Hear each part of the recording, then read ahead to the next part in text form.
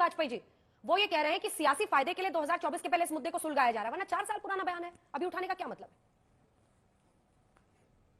है? पहले माफी तो मांगे। मतलब बिहार और यूपी के लोगों को आप कुछ भी कहेंगे, कभी भी कहेंगे, क्यों कहेंगे? सवाल ये बात का है, चाहे 4 साल का हो चाहे 2 साल का हो। पर क्या कभी भारतीय जनता पार्टी ने माफी मांगी? अंजना ओम कश्यप जी ने तो साहस दिखाकर पूरा का पूरा हल्ला बोल वर्षों पहले किया था कि उन्होंने यूपी और बिहार के मजदूरों को दिल्ली आने से रोकने की बात खड़ी की, एक पूरा का पूरा कार्यक्रम किया। क्या संजय निषाद जो कह रहे हैं सनातन धर्म हमारे मर्यादा पुरुषोत्तम राम के लिए, वो माता कौशल्या के पुत्र ही नहीं है, दशरथ के पुत्र ही नहीं है, दशरथ से पैदा हुए, उसके लिए कभी माफी मांगी? प्रधानमंत्री जी ने गले लगा लिया उसके बाद। जितन राम मांझी ने अपमान किया, उसके लिए माफी मांगी। इन्होंने पार्लियामेंट में जवाब दिया कि माता सीता के पैदा होने के कोई ऐतिहासिक प्रमाण नहीं है, इनके संस्कृति मंत्री ने। क्या वो बिहार का अपमान नहीं था? ये डिवीजन बिहार की भूमिका मतलब और इंडी के गठबंधन में जैसे कांग्रेस है, कांग्रेस का बयान आपको याद होगा, शीला दीक्षित चीफ मिनिस्टर होती थी, वो करेंगे बस में जाओ तो बिहारियों को उनसे बदबू आती है पसीने की।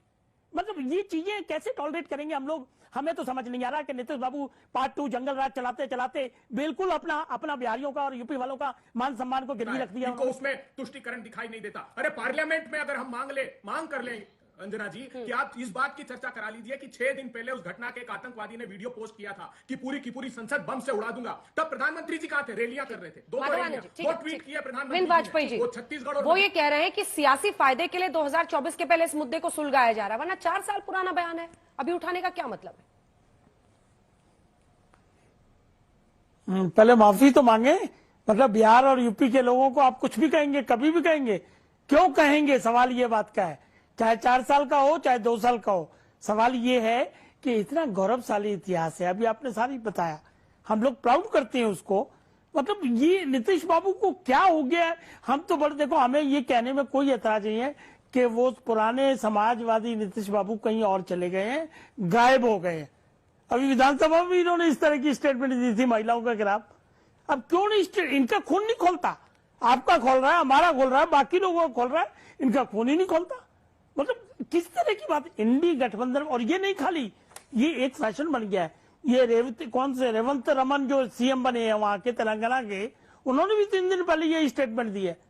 ये मतलब क्या चाह रहे हैं? क्या ये डिवीजन की मतलब, और इंडी के गठबंधन में जैसे कांग्रेस है, कांग्रेस का बयान आपको याद होगा, शीला दीक्षित चीफ मिनिस्टर होती थी, वो करेंगे बस में जाओ तो बिहारियों को उनसे बदबू आती है पसीने की। मतलब ये चीजें कैसे टॉलरेट करेंगे हम लोग? हमें तो समझ नहीं आ रहा कि नीतीश बाबू पार्ट 2 जंगल राज चलाते चलाते बिल्कुल अपना बिहारियों का और यूपी वालों का मान सम्मान को गिरवी रख दिया उन्होंने। क्यों नहीं बोलेंगे? क्यों नहीं कंडेम करेंगे? इंडिया अलायंस गठबंधन पहले है, ये पहले बिहारी और हमारा आत्मसम्मान है। इस चीज को बड़ी सीरियसली लेना पड़ेगा। और इन्होंने तो अभी टीएनए चैलेंज किया है बिहारियों का, ये रेवती रमन जो सीएम बने कांग्रेस के, इनका बयान अभी मैंने पढ़ के सुना, देखा है उसमें, तो ये कांग्रेस वाले अभय दुबे जी अभी बड़ी बातें कर रहे थे। आप क्यों नहीं माफी मांगे? वही आपके लीडर कर रहे हैं कि जी पवन खेड़ा जी ने कह दिया। मतलब you are taking it very lightly. आपके जो लीडर है राहुल गांधी है, सोनिया गांधी है, खड़गे साहब है, उनको वो क्या कहते हैं इस बारे में ये जरूर जानना है, और इसका इनको भुगतना पड़ेगा फल। पूरे देश में इस बात का फल, जहां जहां बिहारी और यूपी लोग है ना, इनको बिल्कुल वोट नहीं देंगे, ये मान के आप चलिए। और ये साउथ इंडियन वाले जो साहब बैठे हैं, इनको एडवाइस है हमारी कि भैया माफी मंगवाइए। पहले भी इस तरह की घटना हुई है, हर जगह देश के हर कोने में तरह तरह के राज्यों के लोग होते हैं, काम करने की स्वतंत्रता है, संविधान उसकी इजाजत देता है। इस तरह का माहौल न करिए सिर्फ छोटी सी राजनीति के लिए। और ये दयानिधि मारन जनाब, आपको मालूम होना चाहिए, ये अपराधी हैं। इनके राजा मिनिस्टर जो होते थे कम्युनिकेशन के, तो इन्होंने घर में प्राइवेट एक्सचेंज लगा लिया था, वो केस अभी चल रहा है, इनको कोर्ट में भुगतना पड़ता है। तो ये सब चीजों का ध्यान रखना चाहिए, और किसी के मान सम्मान में अपमानजनक शब्दों का कहने का कोई अजय आलोक जी थोड़ा सा रुक जाए, चूंकि ये सत्ता पक्ष से बोल रहे हैं, एक बार प्रतिक्रिया ले लें। अभय दुबे जी भी हाथ उठा रहे हैं, अभय जी जल्दी से, इसके बाद आ रही हूं झा जी। अंजना जी, क्या देश के प्रधानमंत्री जी ने पीयूष गोयल, वो तो केंद्रीय मंत्री हैं, उनके वक्तव्य के लिए माफी मांगी? आज तक, अभी तक अजय आलोक तो बिहार से आते हैं, इतना घृणित और हिंसा भरे शब्दों में पीयूष गोयल ने सदन में कहा, लोकसभा के अभी 2023 में उन्होंने माफी मांगी?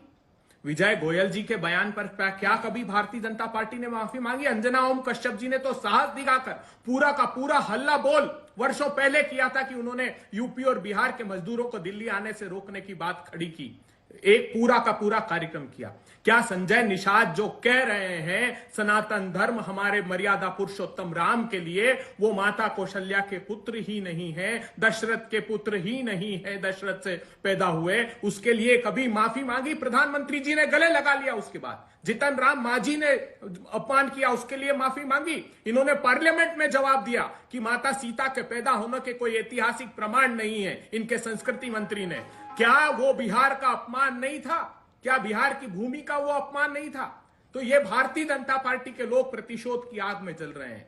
मैं आज गंभीरता से बोलना चाहता हूं, ये जब हिंदू मुस्लिम का डिवाइड करे देश के लोगों, तब इनसे पूछिएगा कि सैफुल्ला नाम के दुर्दांत आतंकवादी पंडितों के हत्यारे को टिकट दे देते हो, तब मुस्लिम तुष्टीकरण नहीं होता है। तारिक अहमद मीर पाकिस्तान के हथियार सप्लाई करने वाले घोषित आतंकवादी को विधानसभा का टिकट लड़ाते हो, तब उसमें तुष्टीकरण नहीं होता। इनसे पूछिएगा कि तालिब हुसैन हमारे देश के गृह मंत्री का मंच साझा करता है, इनको उसमें तुष्टीकरण दिखाई नहीं देता। अरे पार्लियामेंट में अगर हम मांग कर लें अंजना जी कि आप इस बात की चर्चा करा लीजिए कि 6 दिन पहले उस घटना के एक आतंकवादी ने वीडियो पोस्ट किया था कि पूरी की पूरी संसद बम से उड़ा दूंगा, तब प्रधानमंत्री जी कहां थे? रैलियां कर रहे थे, दो ट्वीट किए प्रधानमंत्री जी ने, वो छत्तीसगढ़ और मध्य प्रदेश की रैली का। लेकिन देश के प्रति, दल के प्रति, लेकिन जो पेंटापति जी इशू उठा रहे हैं उसको भी जरा समझना चाहिए पर्सपेक्टिव में। वो कह रहे हैं कि इस देश में अलग अलग हिस्से हैं।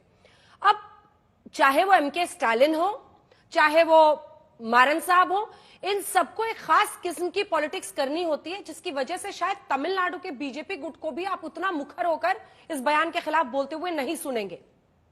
क्षेत्रवाद की राजनीति दुर्भाग्यपूर्ण तरीके से इस देश में कई राज्यों में बहुत हावी है, वोटर के मन में भी। ये उसका एक एक्सटेंशन है।